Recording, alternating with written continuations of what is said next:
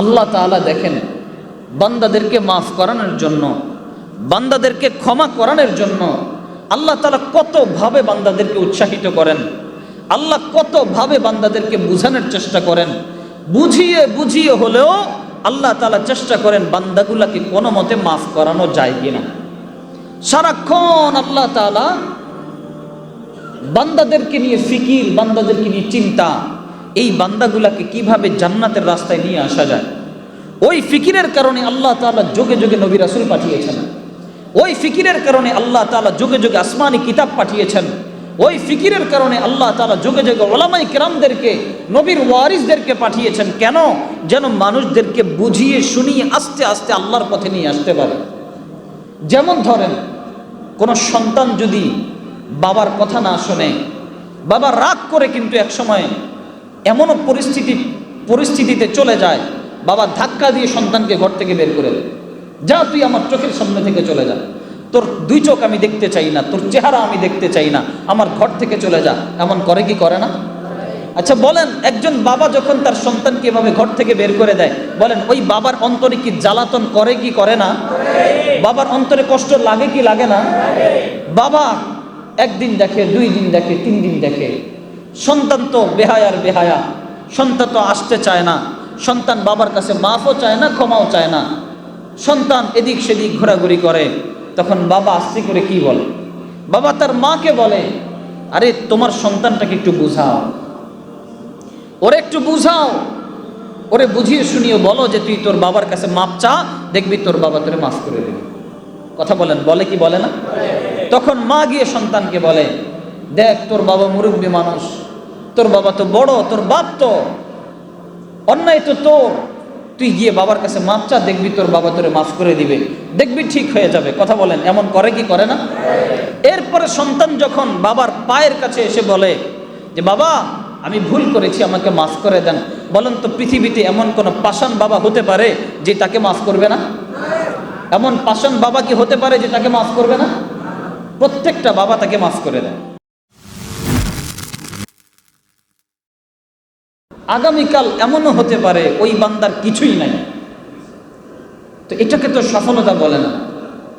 সফলতা তো তাকে বলে যেটা একবার অর্জন করার পর আর কখনো আমার কাছ থেকে ছিনিয়ে নেওয়া হবে না। আজকেই একটা নিউজে দেখলাম, খান গ্রুপের অনেক বড় মাপের এক ম্যানেজার ছিল, টাকা পয়সা ধন দৌলত সব কিছু স্ত্রীর নামে দিল। আজকে স্ত্রী তার পরিবার পরিজন নিয়ে ভিন্ন জায়গায় চলে গেছে, আর ওই লোকটা ধুকে ধুকে ধুকে ধুকে বিছানায় পড়ে মারা যাচ্ছে। অথচ এক সময় তার কোটি কোটি টাকা পয়সার অভাব ছিল না, কি দরকার সব কিছুই তার ছিল। এটা সফলতা না। যেটা শেষ হয়ে যায় সেটা আবার কেমন সফলতা? যেই সফলতা অর্জন করার পর শেষ হয়ে যায়, যেটা চিরস্থায়ী হয় না, এটা কেমন সফলতা? এজন্যই আল্লাহ রাব্বুল আলামিন বলেন, ওয়াতুবু ইলাল্লাহি জামিআন, বান্দা সবাই মিলে আল্লাহর কাছে তওবা করো। তাহলে সবাই মিলে আল্লাহর কাছে তওবা করলে কি হবে? আল্লাহ বলেন লাআল্লাকুম তুফলিহুন, যেন তোমরা সফল হতে পারো। ফালাহ, আরবিতে ফালাহুন এই শব্দটা, এটা এমন একটা শব্দ, এটার এত গভীরতা এটা কল্পনাও করা যায় না। এই ফালাহুন শব্দ দ্বারা বোঝায় এত সফলতা, এত এটার ভিতরের মর্ম অর্থ যেটা আপনি কল্পনাও করতে পারবেন। মুফাসসিরিনে কেরামরা বলেন এমন সফলতা যেটা কখনো পিছনের দিকে আপনাকে তাকাতে বাধ্য করবে না, যেটা শুধু আপনাকে সামনের দিকে নিয়ে চলে যাবে, কখনোই সে পিছনের দিকে তাকাবে না। শুধু দুনিয়া না, আল্লাহ আপনাকে দুনিয়াতেও দিবেন, যেই সময় কারো কিচ্ছু নাই আল্লাহ তখনও আপনাকে দান করবেন। এটার নামই হচ্ছে সফলতা। এজন্য আল্লাহ বলেন, বান্দা তুমি যদি তওবা করতে পারো তাহলে তুমি সফল হয়ে যাবে। তওবার মাধ্যমে একজন বান্দা সফল হয়ে যায়। তওবার মাধ্যমে আল্লাহ রাব্বুল আলামিন শয়তানের চক্রান্তকে নস্যাৎ করে দেন। শয়তান পৃথিবীতে যতগুলো কাজের কারণে একদম মনক্ষুণ্ণ হয়, তার মধ্যে অন্যতম হচ্ছে তওবা। কারণ শয়তান একটা বান্দার পিছনে বছরকে বছর সময় দিয়েছে, বছরকে বছর শয়তান তার পিছনে মেহনত করেছে। মেহনত করতে করতে করতে করতে একটা পর্যায়ে এমন হয়ে গেছে, ওই বান্দা শয়তান যা চায় ওই বান্দা তাই করে। যেহেতু শয়তান যা চায় ওই বান্দা তাই করে, এই জন্য ওই বান্দা আস্তে আস্তে আস্তে আস্তে শয়তানি কাজকর্মে লিপ্ত হয়ে যায়। কিন্তু যেই না ওই বান্দা ওই শয়তানি ছেড়ে আস্তে করে দ্বীনের পথে চলে আসে, আস্তে করে তওবার পথে চলে আসে, তওবার পথে এসে বান্দা যখন তওবা করে ফেলে, ওই বান্দার পিছনের সমস্ত গুনাহ আল্লাহর সাথে সাথে মাফ করে দেন। সুবহানাল্লাহ। তাহলে বলেন শয়তানের চক্রান্ত এটা কি থাকলো না গেল? আল্লাহ বলেন ইন্না কাইদাশ শাইতানি কানা দাঈফা, শয়তানের চক্রান্ত বড় দুর্বল। শয়তানের চক্রান্তকে আল্লাহ কঠিন বলেন নাই, আল্লাহ বলেছেন শয়তানের চক্রান্ত বড় দুর্বল। এজন্যই আল্লাহ বলেন ওয়াতুবু ইলাল্লাহি জামিআন আইয়ুহাল মুমিনুন লাআল্লাকুম তুফলিহুন, হে মুমিনরা তোমরা সবাই মিলে আল্লাহর কাছে তওবা করো যেন তোমরা সফল কাম হতে পারো। আল্লাহ রাব্বুল আলামিন কোরআনের আরেকটা আয়াতের মধ্যে বলেন ইয়া আইয়ুহাল্লাযীনা আমানু তুবু ইলাল্লাহি তাওবাতান নাসুহা, হে মুমিনরা তোমরা আল্লাহর কাছে একনিষ্ঠভাবে তওবা করো। বান্দা যখন তওবার জন্য বসবে, বান্দা একেবারেই পরিপূর্ণ নিয়ত করে বসবে, আজকে আমি আল্লাহর কাছে তওবা করবই করব, আজকে আমি আল্লাহর কাছে আমার গুনার জন্য ক্ষমা চাবই চাবো, আজকে আমি এমন তওবা করব জীবনে আর কোনোদিন গুনাহ করব না, আজকে আমি এমন প্রতিজ্ঞা করব পিছনের সমস্ত গুনাহ যেন আল্লাহ আমাকে মাফ করে দেন, আজকে আমি এমন প্রতিজ্ঞা করব, এমন সংকল্প করব যেই সংকল্পে আমি যেন আরো অনেক দূরে চলে যেতে পারি। বান্দা যদি তওবা করে তাহলে আল্লাহ তাআলা বান্দার সাথে কি আচরণ করবেন? আল্লাহ রাব্বুল আলামিন কোরআনুল কারীমের মধ্যে বলেন ইন্নাল্লাহা ইউহিব্বুত তাওয়াবিনা ওয়া ইউহিব্বুল মুতাতাহহিরিন, আল্লাহ তাআলা তওবাকারীদেরকে পছন্দ করেন। বলেন না সুবহানাল্লাহ। আরে আপনারা যে আজকে এখানে এসেছেন, বলেন তো তওবা করা ছাড়া আমাদের আর কোনো উদ্দেশ্য আছে? এই জোরে বলেন না আছে? আমাদের তো আর কোনো উদ্দেশ্য নাই। যেহেতু আমাদের একমাত্র উদ্দেশ্য হচ্ছে তওবা করা, তওবা করার জন্যই আমরা এখানে এসেছি, তাহলে বোঝা গেল আল্লাহ কালামের মধ্যেও বলেন ইন্নাল্লাহা ইউহিব্বুত তাওয়াবিন, নিশ্চয়ই আল্লাহ তাআলা তওবাকারীদেরকে পছন্দ করেন। আর আজকের তওবাকারী কারা? আর কথা বলেন না কারা? আজকের তওবাকারী কারা? আর আল্লাহ বলেন ইন্নাল্লাহা ইউহিব্বুত তাওয়াবিন, আল্লাহ তওবাকারীদেরকে পছন্দ করেন। তাহলে আল্লাহ কাদেরকে পছন্দ করেন? আরে বলেন না কাদেরকে আল্লাহ পছন্দ করেন? আসতে বলবেন না জোরে বলবেন? আল্লাহ কাদেরকে পছন্দ করেন? আল্লাহ আমাদেরকে পছন্দ করেন। আল্লাহ বলেন ইন্নাল্লাহা ইউহিব্বুত তাওয়াবিনা ওয়া ইউহিব্বুল মুতাতাহহিরিন, আল্লাহ তওবাকারীদেরকে পছন্দ করেন। তার মানে আমরা সবাই এখানে এসেছি, আমরা এক একজন আজকে তওবাকারী, আমরা তওবা করার জন্য এসেছি। আর আল্লাহ বলেন বান্দা তুমি তওবাকারী, তুমি যদি আজকে তওবাকারী হও আমি আল্লাহ তোমাকে ভালোবাসবো। সুবহানাল্লাহ। আল্লাহ আজকে আমাদেরকে ভালোবাসবেন, আল্লাহ আজকে আমাদেরকে মহব্বত করবেন। কেন ভালোবাসবেন, কেন মহব্বত করবেন? আমরা সবাই তওবাকারী। বলেন আমরা সবাই তওবাকারী। আরো জোরে বলেন আমরা সবাই তওবাকারী। আমরা সবাই যেহেতু তওবাকারী, আল্লাহ আজকে আমাদেরকে ভালোবাসবেনই বাসবেন। বলেন ইনশাআল্লাহ। আল্লাহ বলেন ইন্নাল্লাহা ইউহিব্বুত তাওয়াবিন, আল্লাহ তওবাকারীদেরকে ভালোবাসেন। ওয়া ইউহিব্বুল মুতাতাহহিরিন, এবং যারা পবিত্রতা অর্জন করে আল্লাহ তাদেরকে ভালোবাসেন। পবিত্রতা কিভাবে অর্জন করে? আল্লাহ রাব্বুল আলামিন যখন আয়াতটা নাজিল করেন, আল্লাহ তাআলা যখন দেখলেন মসজিদে কুবাবাসীদের মধ্যে ভালো একটা গুণ ছিল, তারা বেশি বেশি পবিত্রতা অর্জন করত। যেমন ধরেন আমাদের সর্বপ্রথম যেই মসজিদের ফজিলত আমাদের কাছে বেশি, সেটা হচ্ছে আমাদের বাইতুল্লাহ কাবা শরীফ। আল্লাহ আমাদের সবাইকে কাবা শরীফ জিয়ারত করার তৌফিক দেখ। বলেন আমিন। যারা ইতিপূর্বে গিয়েছেন আল্লাহ সবাইকে বারবার তৌফিক দান করুন। এক নাম্বার হচ্ছে কাবা শরীফ, দ্বিতীয় নাম্বার হচ্ছে মসজিদুন নববী, রাসূলুল্লাহ সাল্লাল্লাহু আলাইহি ওয়াসাল্লামের মসজিদ। তৃতীয় নাম্বার হচ্ছে বাইতুল মাকদিস, ওই যে ফিলিস্তিন আল আকসা। চতুর্থ নাম্বার যেই মসজিদের ফজিলত ইসলামের মধ্যে আছে সেটি হচ্ছে মসজিদে কুবা। এই কুবাবাসীরা তাদের কিছু বৈশিষ্ট্য ছিল। এক নম্বর বৈশিষ্ট্য ছিল তাদের ইখলাস। এক নম্বর বৈশিষ্ট্য ছিল ইখলাস। ইখলাস মানে কি? ইখলাস মানে হচ্ছে হুয়া সিররুম মা বাইনাল্লাহি ওয়া বাইনা আবদিহি।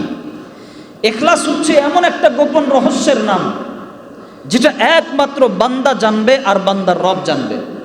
বলেন ইখলাস কিসের নাম? বান্দা জানবে আর বান্দার রব জানবে। মুখে মুখে বলেন বান্দা জানবে আর বান্দার রব জানবে। আবার বলেন বান্দা জানবে আর বান্দার রব জানবে। পৃথিবীর কেউ জানবে না, এটাকে বলে ইখলাস। আমি একটি ভালো কাজ করব, ওই ভালো কাজটা আমি করব শুধুমাত্র কাকে দেখানোর জন্য? বলেন না মহাব্বতের সাথে, কাকে? ওই ভালো কাজটা করব শুধু আল্লাহকে দেখানোর জন্য, পৃথিবীর কাউকে দেখানোর জন্য না। গোপন কিছু আমল লাগে বান্দার, গোপন কিছু ইবাদত লাগে। ওই গোপন আমল, গোপন ইবাদত বান্দাকে কোথায় পৌঁছে দিবে বান্দা কল্পনাও করতে পারবে না। অনেক সময় দেখা যায়, কিরে অমুক ভাই এত দূর পৌঁছে গেল, কিভাবে গেল কল্পনাও করা যায় না। অমুক জন এত দূর এগিয়ে গেল, তার আগামের রহস্য কি কল্পনাও করা যায় না। আসলে বাস্তবতা কি? বাস্তবতা হচ্ছে ওই ভাই এমন কিছু গোপন আমল করেছে, ওই ভাই এমন কিছু গোপন ইবাদত করেছে। ওই গোপন আমল আর গোপন ইবাদতগুলোর কারণে আল্লাহ তাআলা ওই ভাইকে অনেক দূর এগিয়ে দিয়েছেন। সুবহানাল্লাহ। হাল্লাকা সিররুন ইনদাল্লাহ বাইনাকা আনতা ওয়া বাইনাল্লাহ হাল্লাকা সাদাকাতুন তাখফা لا يعلمها إلا الله هل لك سر عند الله بينك أنت وبين الله هل لك صدقات تخفى لا يعلمها إلا الله বলো বান্দা, তোমার কি এমন গোপন কোনো আমল আছে যেটা তুমি জানো আর তোমার মাওলা জানে? পৃথিবীর আর কেউ জানে না।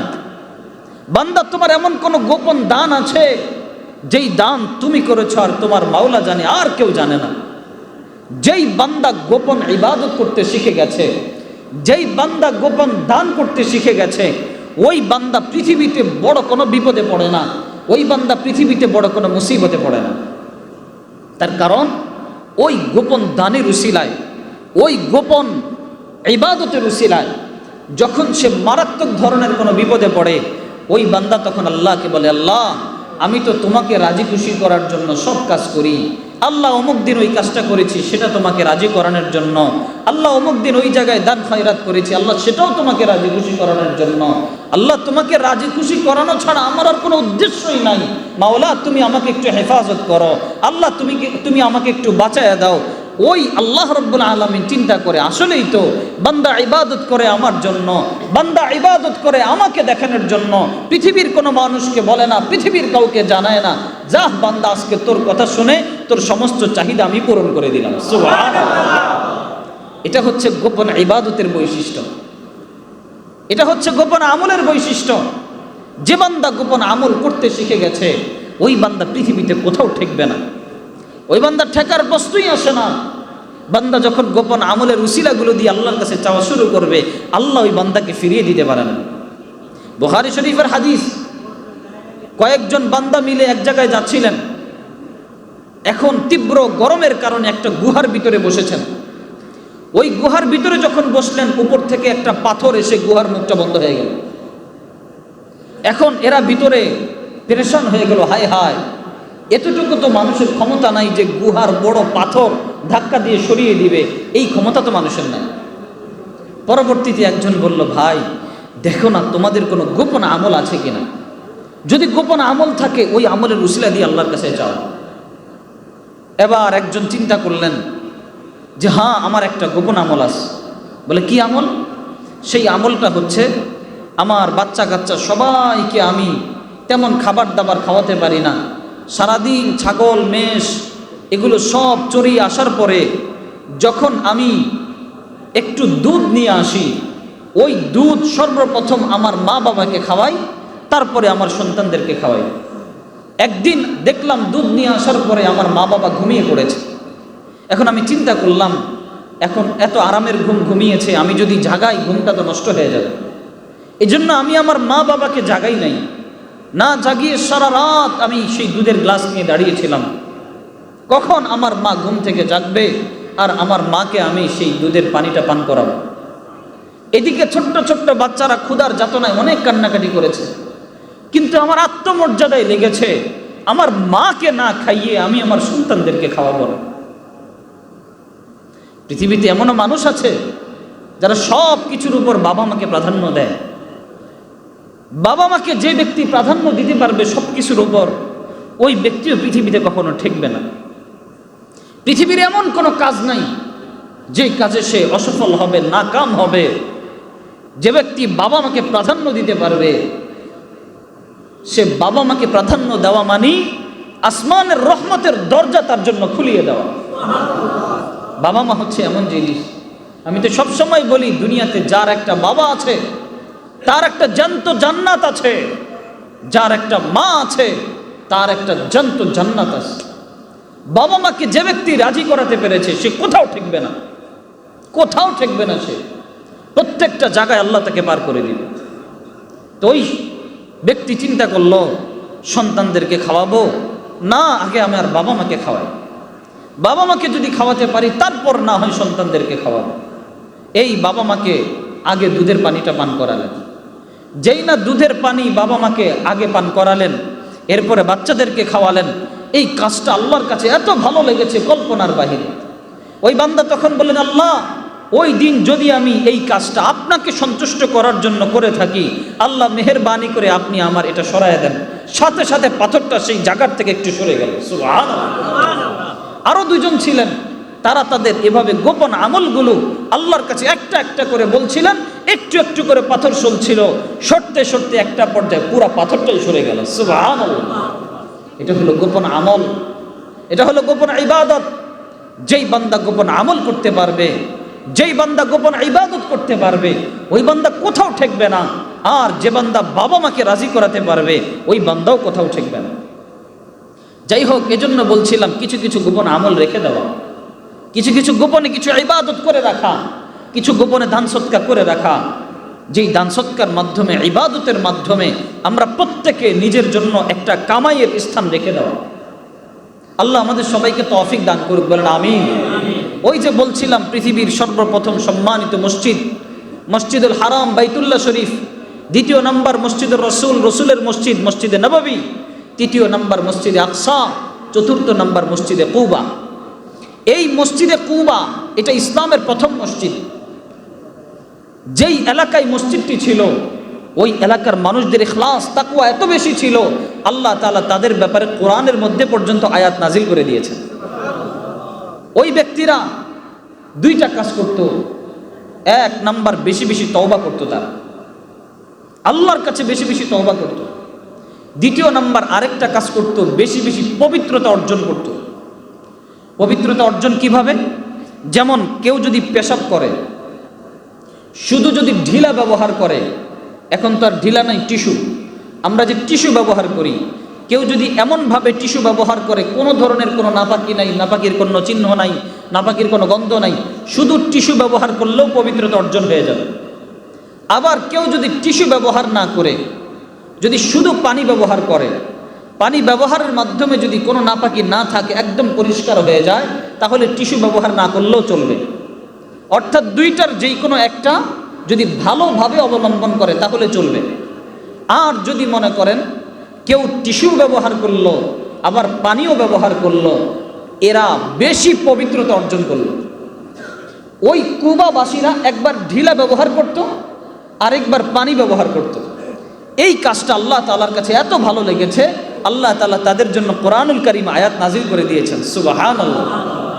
আল্লাহ তাআলা নাজিল করেন, ইন্নাল্লাহা ইউহিব্বুত তাওয়াবিনা ওয়া ইউহিব্বুল মুতাতাহহিরিন।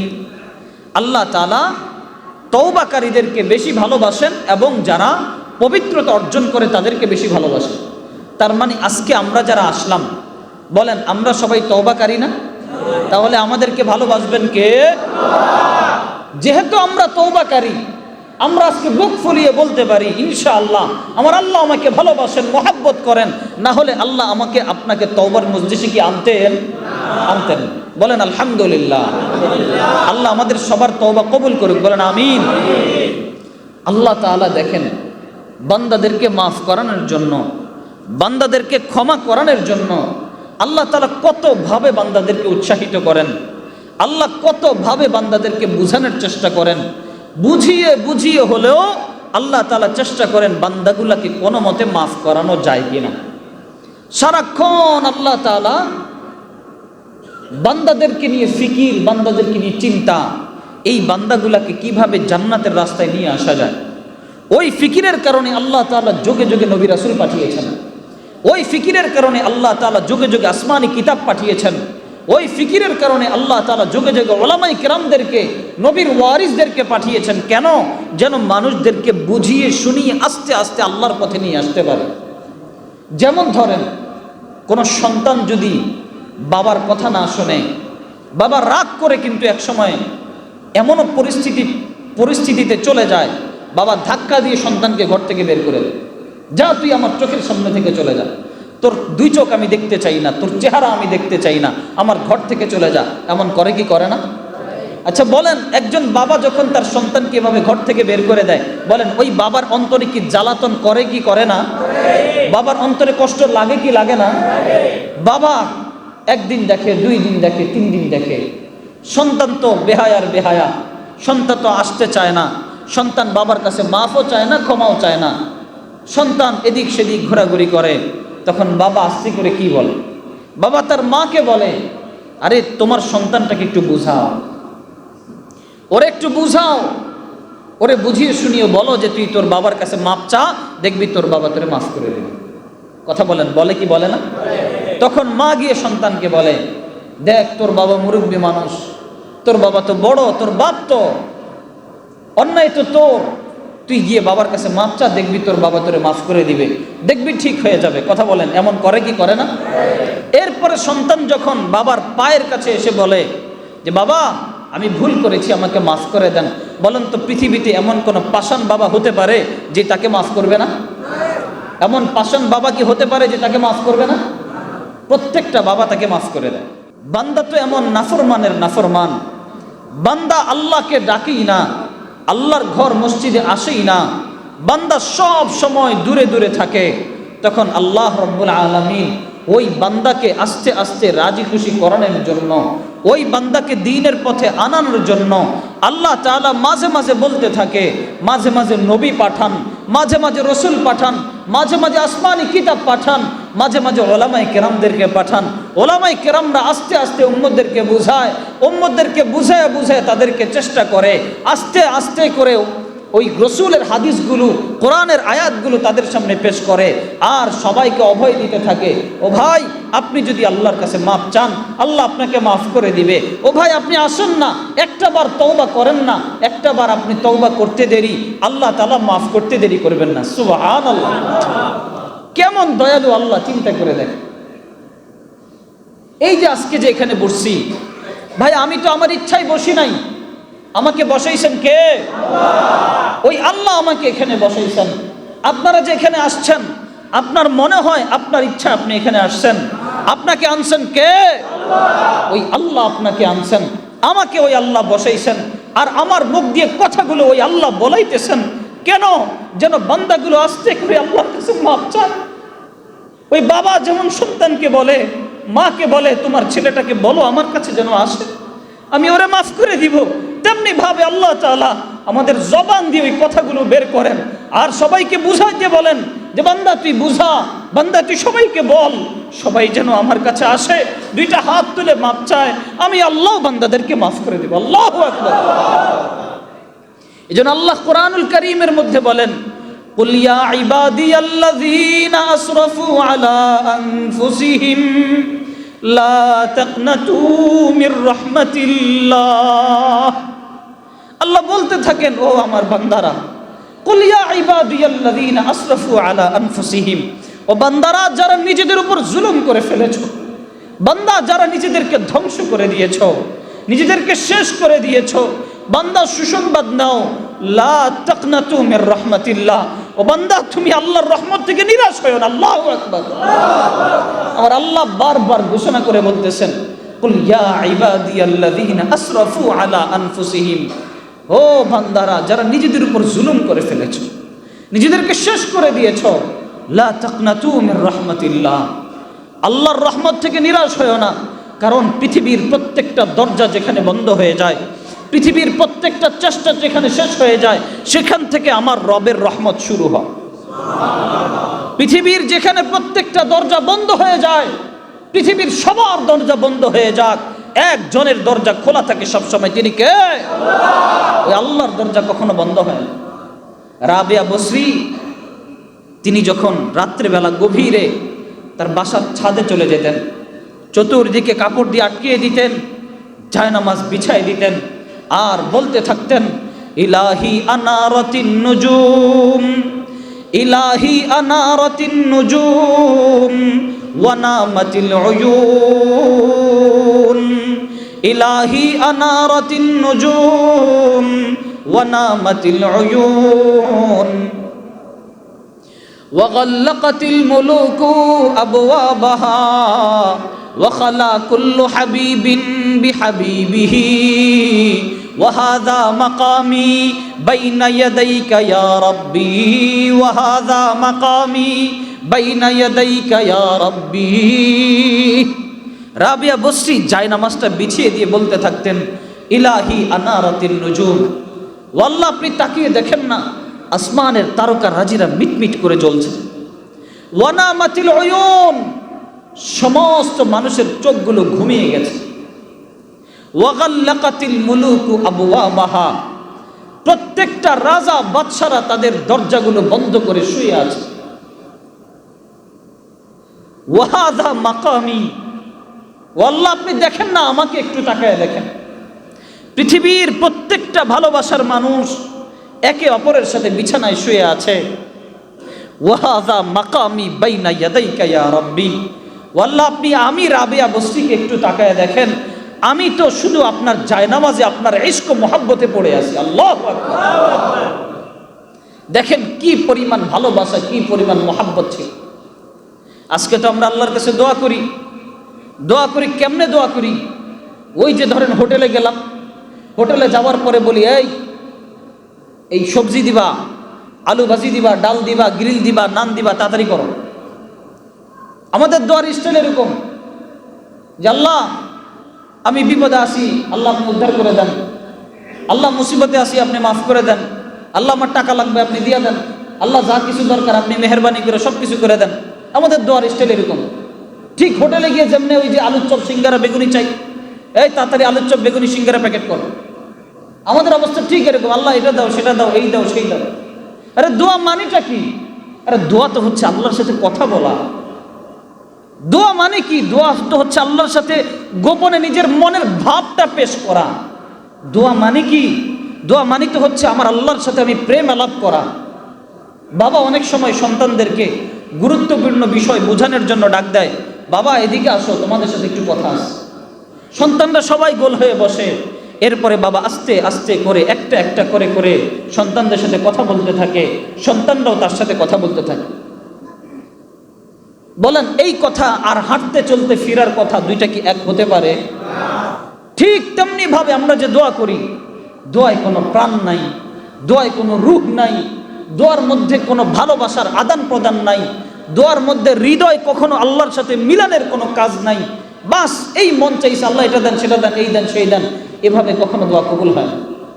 বরং এটা তো দোয়া করা না, বরং আল্লাহর সাথে তামাশা করা। তামাশা দোয়া করতে হবে একদম নিজের ভাব, মনের সব কিছু উজাড় করে দিয়ে আল্লাহর সামনে পেশ করতে হবে। আল্লাহ আমি এটা চাই, আল্লাহ আমার এটা লাগবে, আল্লাহ আপনার কাছে তো কমতি নাই, তাহলে আমাকে দিতে আপনার কি সমস্যা? আল্লাহ আমি তো আপনারই বান্দা, আল্লাহ না দিলে তো আমি মাহরুম হয়ে যাব, আল্লাহ একটু দেন না। মোহাব্বতের সুরে, ভালোবাসার সুরে যখন আল্লাহর কাছে চাইব, বলেন আল্লাহ কি ফিরাই দিতে পারবে? বলেন পারবে? আরে আল্লাহ কি বলেন শোনেন, আল্লাহ বলতেছেন, আরে শোনো, ইন্নার রিজকা ফি কবদি, ও বান্দা রিজিক হচ্ছে আমার হাতের মুঠোয়। রিজিক কার হাতের মুঠোয়? আল্লাহ বলছেন রিজিক হচ্ছে আমার হাতের মুঠোয়। কিন্তু আফসোস, বনি আদম আমার কাছে না চেয়ে সে দুনিয়ার পিছনে ছোটাছুটি করে। বনি আদম আমার কাছে চায় না, বনি আদম খালি দুনিয়ার পিছনে ছোটাছুটি করে।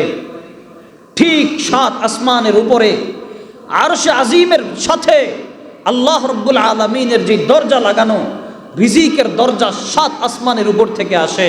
এটা 24টা ঘন্টা আল্লাহ তাআলা খুলে রাখেন, আর ওই দরজাটা ঠিক আল্লাহর আরশের সাথে লাগানো আছে। সুবহানাল্লাহ।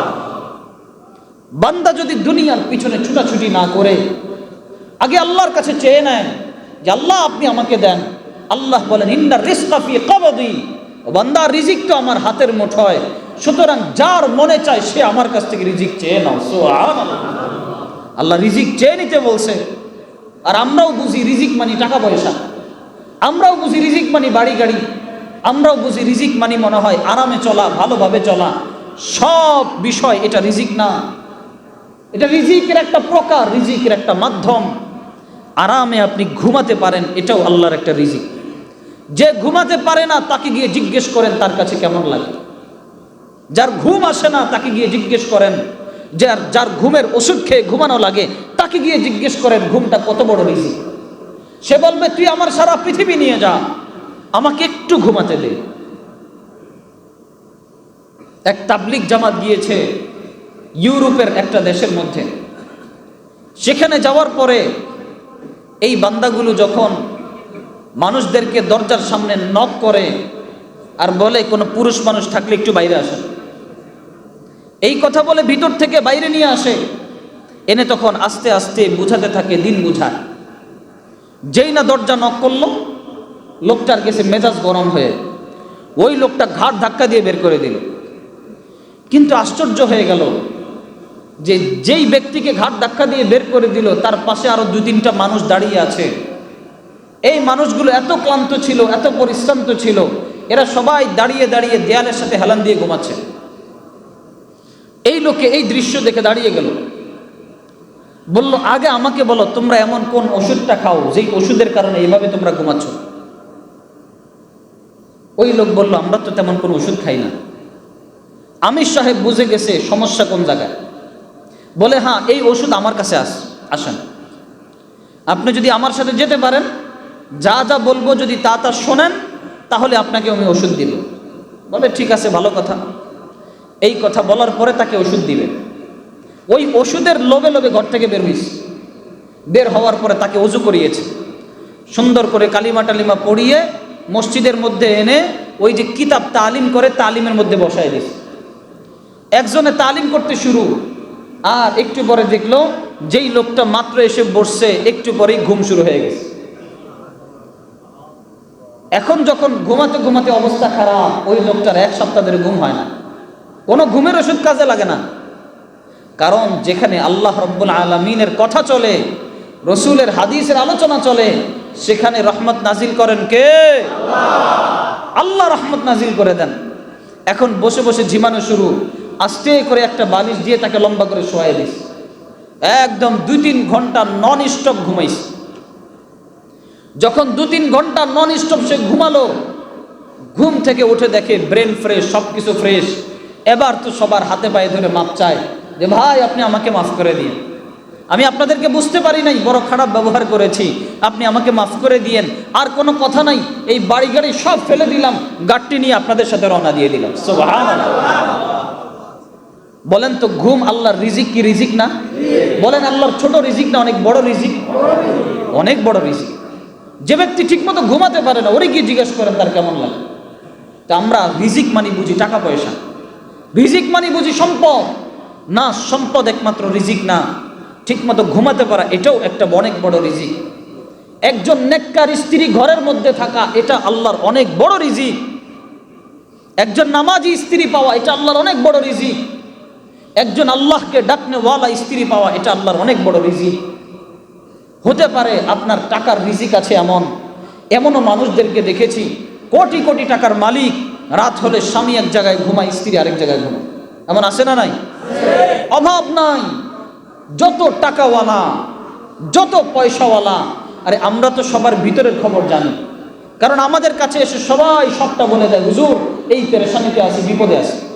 বলেন ডাক্তারের কাছে যাওয়ার পরে মানুষ যেখানেই বয়স লুকাক না কেন, ডাক্তারের কাছে গেলে কি কেউ বয়স লুকায়?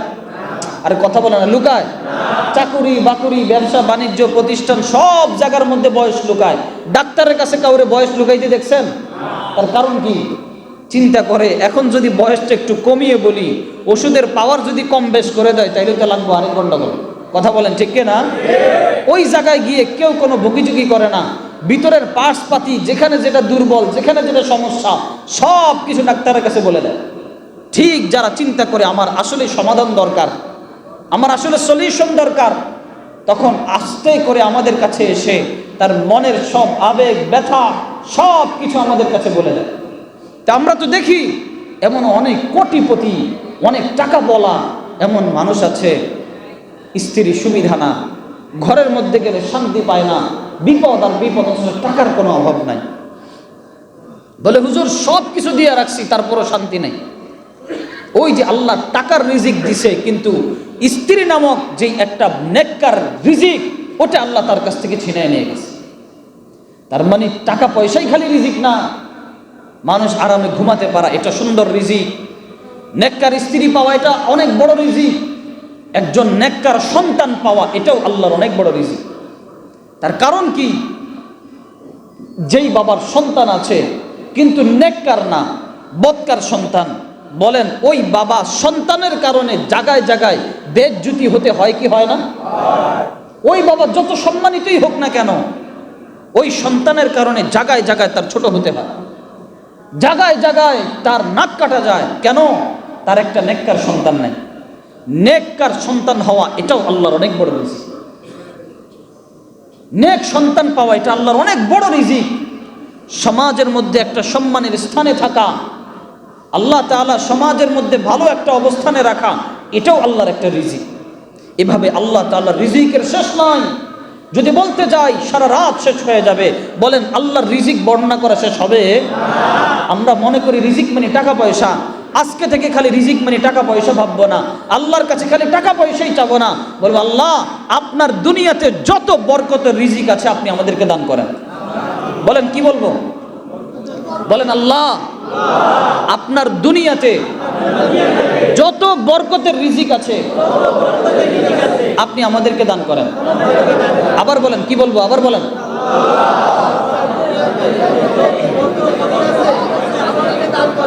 যখন আমরা এই দোয়া করতে পারবো যে আল্লাহ আপনার দুনিয়াতে যত বরকতের রিজিক আছে আল্লাহ আপনি আমাদেরকে দান করেন, তাহলে দুনিয়ার সমস্ত বরকত আল্লাহ আমাদেরকে দান করে দিবেন। সুবহানাল্লাহ। আর কি লাগে বলেন? এজন্য ভাই আল্লাহ তাআলার কাছে বরকতের রিজিক চাওয়া, আল্লাহ আপনি আমাদের সবাইকে তৌফিক দান করেন, বলেন আমিন। ওই যে বলছিলাম ওই জাতিদেরকে আল্লাহ তাআলা ভালোবাসছেন কেন? আল্লাহ তাআলা ভালোবাসছেন, তারা আল্লাহর কাছে বেশি তওবা করছে, আল্লাহর কাছে বেশি পবিত্রতা অর্জন করেছে। এই জন্য আল্লাহ রাব্বুল আলামিন তাদেরকে এত বেশি ভালোবেসেছেন। আর আল্লাহ রাব্বুল আলামিন তো বারবার আমাদেরকে কোনো না কোনো উসিলায়, কোনো না কোনো মারফতে আল্লাহ আমাদেরকে ডাকতে থাকে। আর আল্লাহ বলতে থাকেন কুল ইয়া ইবাদিয়াল্লাযীনা আসরাফু আলা আনফুসিহিম, ও বান্দারা যারা নিজেদের উপর জুলুম করে ফেলেছো, যারা নিজেদের উপর জুলুম করে ফেলেছো, লা তাকনাতু মির রাহমাতিল্লাহ, বান্দা আল্লাহর রহমত থেকে নিরাশ হয়ো না, আল্লাহর রহমত থেকে নিরাশ হয়ো না। কেন? আল্লাহর রহমত থেকে একমাত্র কাফের ছাড়া, মুনাফিক ছাড়া কেউ আল্লাহর রহমত থেকে নিরাশ হতে পারে না। বলেন মুসলমান আল্লাহর রহমত থেকে নিরাশ হতে পারে? মুসলমান কখনো আল্লাহর রহমত থেকে নিরাশ হতে পারে না।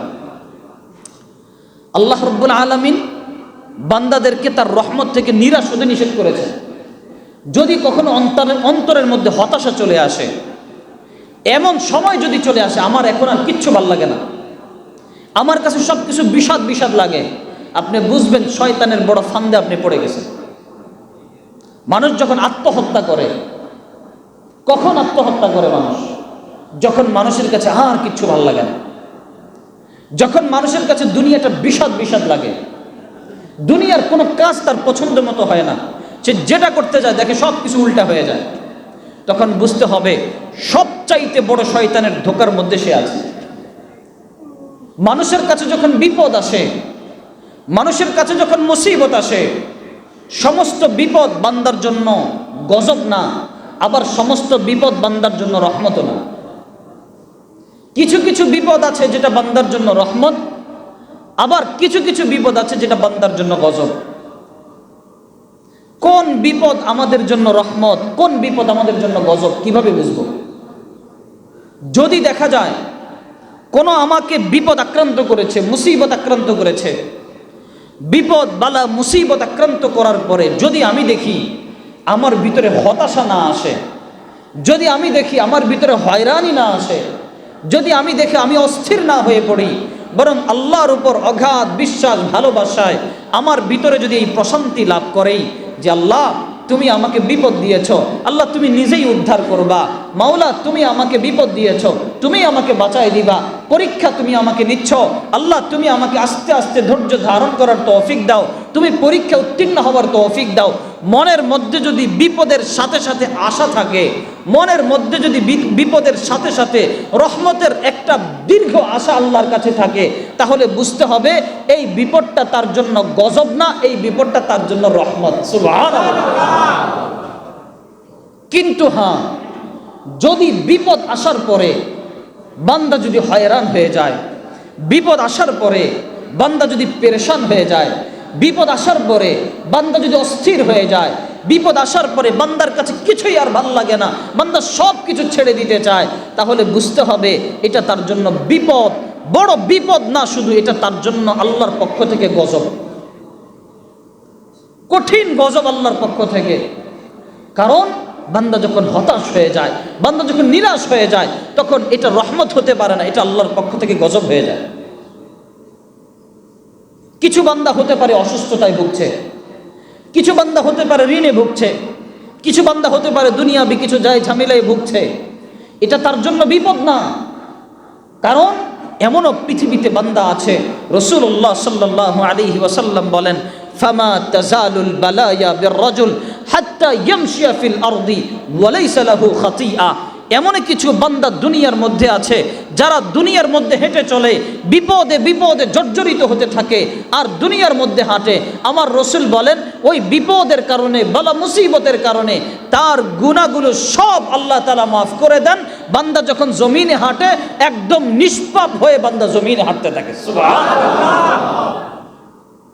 তার মানে একদিকে বিপদ আল্লাহ দিচ্ছে, বিপদের বিনিময়ে আল্লাহ গুনাহ মাফ করে দিচ্ছে। একদিকে আপনার জ্বর হচ্ছে, জ্বরের বিনিময়ে গুনাহ মাফ করে দিচ্ছেন। একদিকে আপনার পেটে ব্যথা, এটার বিনিময়ে গুনাহ মাফ করে দিচ্ছেন। আর শুধু এতটুকু না, রাসূলুল্লাহ সাল্লাল্লাহু আলাইহি ওয়াসাল্লাম বলেন, কোন বান্দা যখন একটা জিনিস এক জায়গায় রাখলো, এখন আর সে খুঁজে পায় না, সারা ঘর খুঁজতে খুঁজতে হঠাৎ করে দেখলো এটা বালিশের তলাইতে পড়ে আছে, তখন চিন্তা করে এতবার খুঁজলাম এটা কেমনে উল্টাইলাম না, হঠাৎ করে ওই জিনিসটা সামনেই পেয়ে যায়। এমন হয় কি হয় না? রাসূল বলেন ওই যে বান্দা একটু পেরেশান হয়, একটু ঘোরাঘুরি করে, একটু খোঁজাখুঁজি করে, এটার বিনিময়ে আল্লাহ তার গুনাহ মাফ করতে থাকে। সুবহানাল্লাহ। বলেন আল্লাহর কেমনে মাফ করবে আমাদেরকে? কিভাবে আল্লাহ আমাদেরকে আর মাফ করবে? আরে আল্লাহ তো মাফ করার জন্য বাহানা খুঁজতে থাকে, আল্লাহ তো মাফ করার জন্য উসিলা খুঁজতে থাকে। কোন উসিলায় বান্দাকে মাফ করা যায়? কোন বাহানায় বান্দাকে মাফ করা যায়? আল্লাহ কোনো না কোনো বাহানায় আপনি আমাদের সবাইকে মাফ করে দিয়েন, বলেন আমিন। রাসূলুল্লাহ সাল্লাল্লাহু আলাইহি ওয়াসাল্লাম সব সময় বান্দাদেরকে ইস্তিগফারের প্রতি বারবার উদ্বুদ্ধ করেছেন যে বান্দা যত বেশি ইস্তিগফার করবা তত বেশি আল্লাহর রহমত তুমি পাবা, যত বেশি ইস্তিগফার করবা তত বেশি আল্লাহ তাআলা তোমাকে গুনাহের থেকে মুক্ত করে দিবেন। সব সময় আল্লাহ রাসূল ইস্তিগফারের প্রতি উদ্বুদ্ধ করেছেন। কানা রাসূলুল্লাহ সাল্লাল্লাহু আলাইহি ওয়াসাল্লাম ইস্তাগফিরু ফিল ইয়াউমি আকসারা মিন 100 মাররা আও কামা ক্বালা আলাইহি সালাতু ওয়াসসালাম। রাসূল সাল্লাল্লাহু আলাইহি ওয়াসাল্লাম প্রতিদিন 100 বারের চাইতেও বেশি ইস্তিগফার করতেন। তাহলে বলেন যেই রাসূলের সামনের সব গুনাহ মাফ, যেই রাসূলের পিছনের সব গুনাহ মাফ। قد غفر لك الله ما تقدم من ذنبك وما تأخر। আল্লাহ বলেন রাসূল আপনার সামনের গুনাহ মাফ, পিছনের গুনাহ মাফ। যেই রাসূলের সামনে পিছনের সব গুনাহ মাফ, ওই রাসূল ইস্তিগফার করেন কতবার? 100-র চেয়ে বেশি। কতবার? সর্বনিম্ন কত? 100। সর্বনিম্ন কত? 100। তাহলে বলেন আমাদের এমন কোন গ্যারান্টি আছে যে আমাদের গুনাহ মাফ? আরে কথা বলে না, আছে? আমাদের তো এমন কোনো গ্যারান্টি নেই যে আমাদের গুনাহ মাফ। তাইলে আমাদের কতবার ইস্তিগফার করা দরকার? কতবার করা দরকার? আমরা কতবার করি বলেন? আমরা কতবার করি? তাহলে আমাদের কি উপায় হবে বলেন? কি উপায় আমাদের হবে বলেন? যেখানে রাসূলুল্লাহ সাল্লাল্লাহু আলাইহি ওয়াসাল্লামের সব গুনাহ মাফ, রাসূল 100-র চাইতে বেশি বার প্রতিদিন ইস্তেগফার করেন, সর্বনিম্ন 100 বার। আর যেখানে আমার আপনার কোনো গ্যারান্টি নাই, রাসূল বলেন ইউসবিহু মুমিনান ওয়া ইউমসা কাফিরান। শেষ জামানাতে এমন হবে, সকালবেলা মুমিন হয়ে ঘর থেকে বের হবে, সন্ধ্যাবেলা কাফের হয়ে ঘরে ঢুকবে। নাউজুবিল্লাহ বলেন। রাসূল বলেন যার শেষ জামানাতে এমন হয়ে যাবে, জ্বলন্ত অঙ্গার হাতের মধ্যে রাখলে যেমন কঠিন হয়ে যাবে, একজন মানুষ তার ঈমান বাঁচানো তার চাইতে কঠিন হবে। তাহলে আমাদের কি করা দরকার? আমাদের কতবার ইস্তিগফার করা দরকার বলেন? কোনো সীমা আছে? আছে কোনো সীমা? আল্লাহু আকবার। আমরা কি করছি তাহলে বলেন? আমরা নিজেদেরকে কি করছি বলেন? বলেন আস্তাগফিরুল্লাহ, মুহাব্বতের সাথে আস্তাগফিরুল্লাহ, আস্তাগফিরুল্লাহ, আস্তাগফিরুল্লাহ, আস্তাগফিরুল্লাহ। এভাবে ইস্তিগফার করা, ইস্তিগফারের অভ্যাস চালু করা, প্রতিদিন নিজের উপর আবশ্যক করে নেওয়া। আমার যত কষ্টই হোক আমি কমপক্ষে 100 বার 200 বার ইস্তিগফার করবই করব। বলেন ইনশাআল্লাহ। আজকে থেকে পাক্কা নিয়ত করেন, কারা কারা করব? আল্লাহ আপনি সবাইকে তৌফিক দান করেন, বলেন আমিন। প্রতিদিন পাক্কা নিয়ত রাখবো, আমার যাই হোক, যা হয়ে যাক না কেন আমি ইস্তিগফার করবই করব। আর ইস্তিগফার করলে কি পাবো? কোরআনের মধ্যে আল্লাহ স্পষ্ট বলেছেন, ইস্তাগফিরু রাব্বাকুম ইন্নাহু কানা গফফারা। আল্লাহ বলেন বান্দা তুমি যদি ইস্তিগফার করো, তুমি ইস্তিগফার করতে দেরি, তোমার মাওলা তোমার গুনাহ ক্ষমা করতে দেরি করবেন না। সুবহানাল্লাহ। ইস্তিগফার বান্দা করতে দেরি, আল্লাহ গুনাহ ক্ষমা করতে দেরি করবেন না। শুধু তাই নয়, আল্লাহ বলেন ইউরসিলিস সামা আলাইকুম মিদরারা। ও বান্দা তোমার বৃষ্টি দরকার, তুমি ইস্তিগফার করতে দেরি, তোমার যখন বৃষ্টি দরকার আল্লাহ তখনই তোমার জন্য বৃষ্টি দিবেন। শুধু এতটুকুই না, আল্লাহ বলেন ওয়ায়ুমদিদকুম বিআমওয়াল। ও বান্দা তোমার সম্পদ নাই, তুমি সম্পদ নিয়ে পেরেশানিতে আছো, ওয়ায়ুমদিদকুম বিআমওয়াল। ও বান্দা তোমার যদি সম্পদ দরকার হয় তুমি ইস্তিগফার করো, আমি আল্লাহ তোমাকে সম্পদশালী বানিয়ে দিব। শুধু এতটুকুই না, আল্লাহ বলেন ওয়া বানিন। ও বান্দা তোমার নেক সন্তান দরকার, তুমি ইস্তিগফার করো, ইস্তিগফারের বদৌলতে তোমাকে আমি নেক সন্তান দিয়ে দিব। শুধু এতটুকুই না, ওয়ায়ুমদিদকুম বিআমওয়ালিন ওয়া বানিন ওয়ায়াজআল লাকুম জান্নাত ওয়ায়াজআল লাকুম আনহারা। ও বান্দা তুমি যদি বেশি বেশি ইস্তিগফার করো, ওই ইস্তিগফারের বদৌলতে বান্দা তোমাকে আমি জান্নাত দিয়ে দিব। সুবহানাল্লাহ। ওয়ায়াজআল লাকুম আনহারা। এবং বান্দা তোমার জন্য আমি নহর সমূহ সব সাজায় রেখে দিব। সুবহানাল্লাহ। তাহলে বলেন ইস্তিগফার করলে আপনি কি পাবেন না? বলেন, বলেন কি পাবেন না? তাহলে কি পাবো? বলেন বলেন কি পাবো? সব পাবো যদি খালি ইস্তিগফার করতে পারেন। আপনার রিজিকের পেরেশানি, আল্লাহ বলেন বান্দা তুমি ইস্তিগফার করো। নেক সন্তান দরকার, আল্লাহ বলেন বান্দা তুমি ইস্তিগফার করো। জান্নাত দরকার, তুমি ইস্তিগফার করো। দুনিয়া দরকার, ইস্তিগফার করো। তাহলে বলেন কি পাবো না? আল্লাহ ইস্তিগফারের বদৌলতে আমাদেরকে সব দিয়ে দিবেন। এখন থেকে পারবো তো ইস্তিগফার করতে? বলেন ইনশাআল্লাহ। আল্লাহ আমাদেরকে তৌফিক দান করেন, বলেন আমিন। এরপরে আমরা চেষ্টা করব আল্লাহর ইবাদত বেশি বেশি করতে। বলেন কি করতে চেষ্টা করব? বেশি বেশি আল্লাহর ইবাদত করার চেষ্টা করব। আল্লাহর ইবাদত বেশি বেশি করলে কি হবে? আল্লাহর ইবাদত যদি বান্দা বেশি বেশি করে, ওই ইবাদতের বিনিময়ে আল্লাহ তাআলা বান্দাকে নেকি তো দান করবেনই, ওই নেকির বিনিময়ে ইবাদত বেশি বেশি করার কারণে আল্লাহ পিছনের গুনাহও মাফ করে দিবেন। আল্লাহ বলেন, ইন্নাল হাসানাত ইউযহিবনা বিহিস সাইয়্যাত। যে বান্দা বেশি বেশি নেকির কাজ করবে, যে বান্দা বেশি বেশি আল্লাহকে ডাকবে, যে বান্দা বেশি বেশি জান্নাতের কাজ করবে, যে বান্দা বেশি বেশি আমল করবে, আল্লাহ বলেন ইউযহিবনা বিহিস সাইয়্যাত। ওই নেকির কাজ করার কারণে ওই বান্দার পিছনের গুনাহগুলি আল্লাহ মাফ করে দিবেন। সুবহানাল্লাহ।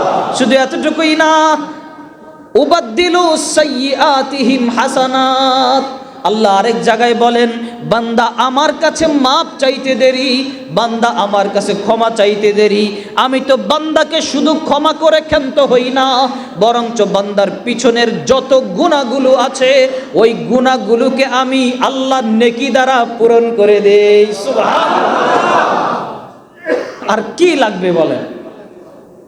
গুনাহ করলাম, এমনিতেই তো কত বড় অপরাধ করছি, আল্লাহ চাইলে মাফ করে দিছি, বান্দা একটু বললেই যথেষ্ট ছিল। আল্লাহ বলে, বান্দা শুধু আমি তোরে মাফ করে ক্ষান্ত হই না, বান্দা তোরে মাফ করি তো করি, যত বড় গুনাহগুলো বান্দা তুই করছস ওই গুনাহগুলোরেও আমি নেকি দ্বারা পূরণ করে দিই। সুবহানাল্লাহ। আর কি করবে আল্লাহ বলেন? আমাদের জন্য আর কত দয়া দেখাবে আল্লাহ বলেন? অথচ আমরা সে আল্লাহকেই ভুলে রয়েছি। আরে একজন গুনাহগার বান্দা যখন এই দুনিয়ার উপর দিয়ে হেঁটে চলে, এই দুনিয়ার জমিন জোরে একটা চিৎকার দিয়ে আল্লাহকে বলতে থাকে, বলে যে আল্লাহ আমার উপর যেই নাফরমান হেঁটে যাচ্ছে, আল্লাহ আমার উপর যেই তোমার গজবওয়ালা বান্দা হেঁটে যাচ্ছে, আল্লাহ আপনি আমাকে সুযোগ দেন, তৌফিক দেন, আমি জমিনটা ফেটে যাই, ওই নাফরমানকে আমার ভিতরে ঢুকিয়ে ফেলি। নাউজুবিল্লাহ বলেন। তাহলে চিন্তা করে দেখেন, আমার আপনার মতো গুনাহগার যখন এই দুনিয়ার উপর দিয়ে আমরা হেঁটে চলি, না জানি জমিন আমার আপনার জন্য আল্লাহর কাছে ফরিয়াদ করতে থাকে, না জানি জমিন আল্লাহর কাছে বলতে থাকে, আল্লাহ এই যে নাফরমান আমার উপর দিয়ে হেঁটে চলে, এই যে বেনামাজি আমার উপর দিয়ে হেঁটে চলে, এই যে সুদখোর আমার উপর দিয়ে হেঁটে চলে, এই যে তোমাকে ডাকে না নাফরমান আমার উপর দিয়ে হেঁটে চলে, আল্লাহ আপনি আমাকে তৌফিক দেন, জমিন ফেটে যায়, তাকে আমি ভিতরে ঢুকিয়ে চাপটে করে ফেলি। না জানি আমার আপনার বেলায় জমিন আল্লাহর কাছে চিৎকার করে এই কথা বলতে থাকে, না জানি আমার আপনার জন্য জমিন আল্লাহর কাছে গজবের ফরিয়াদ করে। আর একটা লোকমা যখন আমরা মুখে দেই, একটা নাফরমান যখন লোকমা মুখে দেয়, ওই নাফরমানের লোকমাটা পর্যন্ত তাকে গজব দিতে থাকে, তাকে বলতে থাকে, আল্লাহ তুমি এই নাফরমানের লোকমা আমাকে বানাইছো, আল্লাহ তুমি ওরে গজব দিয়ে শেষ করে দাও, আমি ওর জন্য কত কষ্ট করছি, রোদে পুড়ছি, আগুনে জ্বলছি, কত কষ্ট করে আমি ওর সামনে আসছি, আল্লাহ লোকমাটা নাফরমান খাবে, এই নাফরমান লোকমা খাওয়ার পর আবার গুনাহ করবে, আল্লাহ তুমি তৌফিক দাও, আল্লাহ তুমি তাকে গজব দাও। এই লোকমাটা পর্যন্ত নাফরমানকে এভাবে গজব দিতে থাকে। তাহলে আবার বলেন আমাদের কি উপায় হবে, কি অবস্থা হবে? আল্লাহ এই জন্য বেশি বেশি ইবাদত করা, ইবাদতের মাধ্যমে বান্দার পদোন্নতি হতে থাকে, ইবাদতের মাধ্যমে বান্দা আল্লাহর অনেক কাছে চলে যায়, ইবাদতের মাধ্যমে বান্দা আল্লাহর অনেক ভালোবাসার মানুষ হয়ে যায়।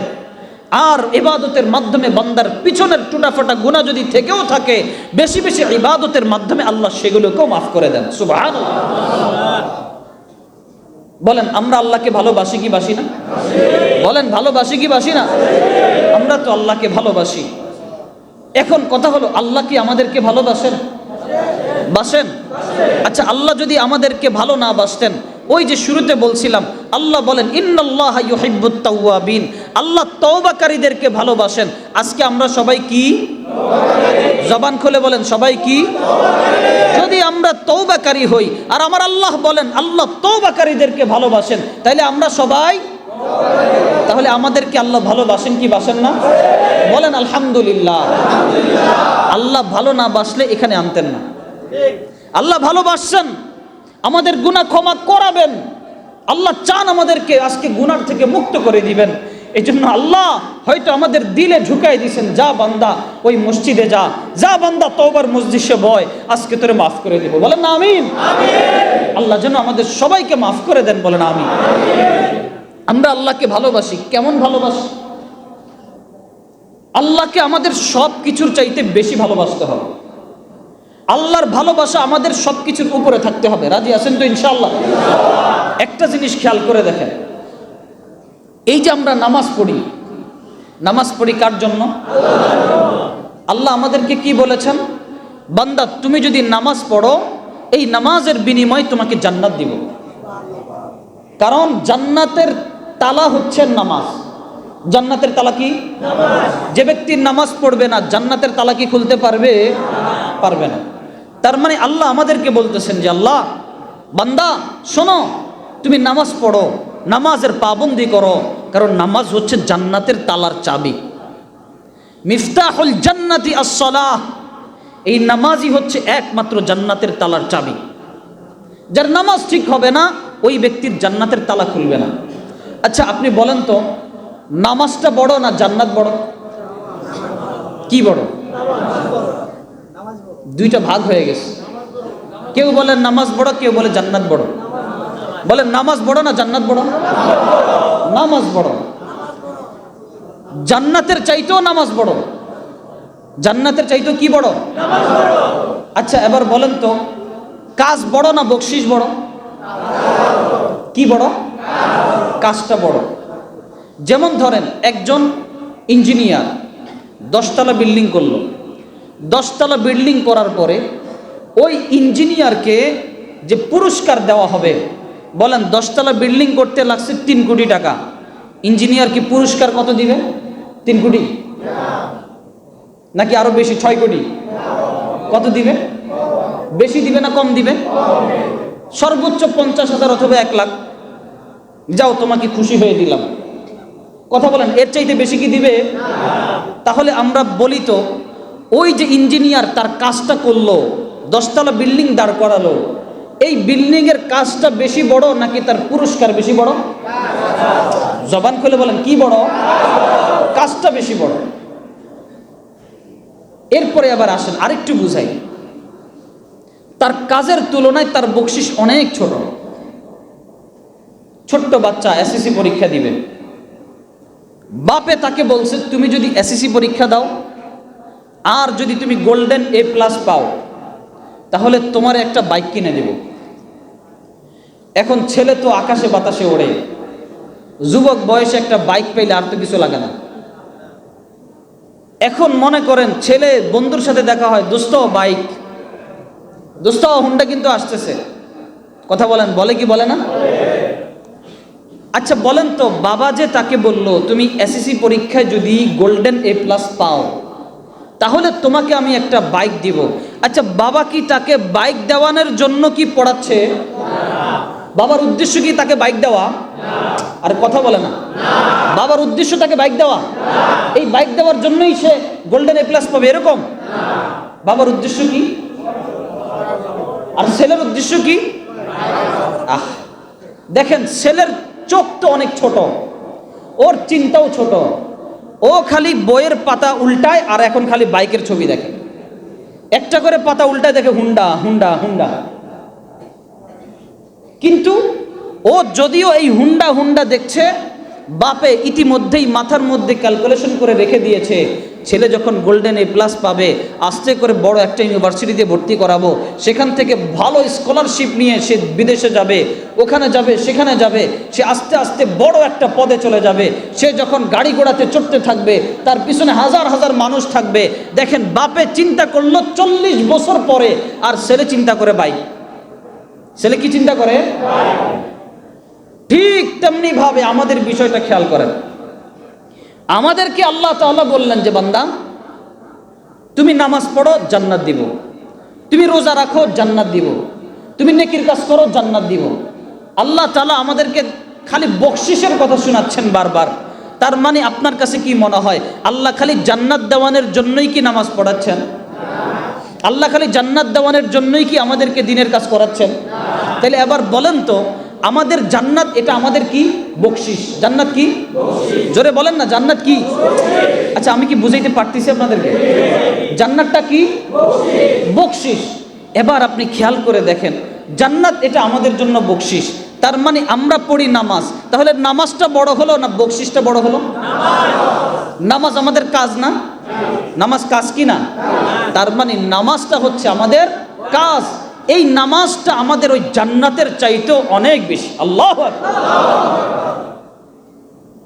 মুফতি মুস্তাকুন নবী কাসিমি দামাত বারাকাতুহুল আলিয়া, উনি তো এই কথা বলেন যে আল্লাহ তুমি আমাকে আরো হায়াত দান করো, তুমি জান্নাত দিও না, জান্নাত না দিয়ে তুমি দুনিয়াতে আমাকে আরো বেশি সময় দিও। এখন বলবেন এটা কেমন ধরনের কথা? আল্লাহ তুমি জান্নাত দিও না, তুমি দুনিয়াতে বেশি সময় দিও।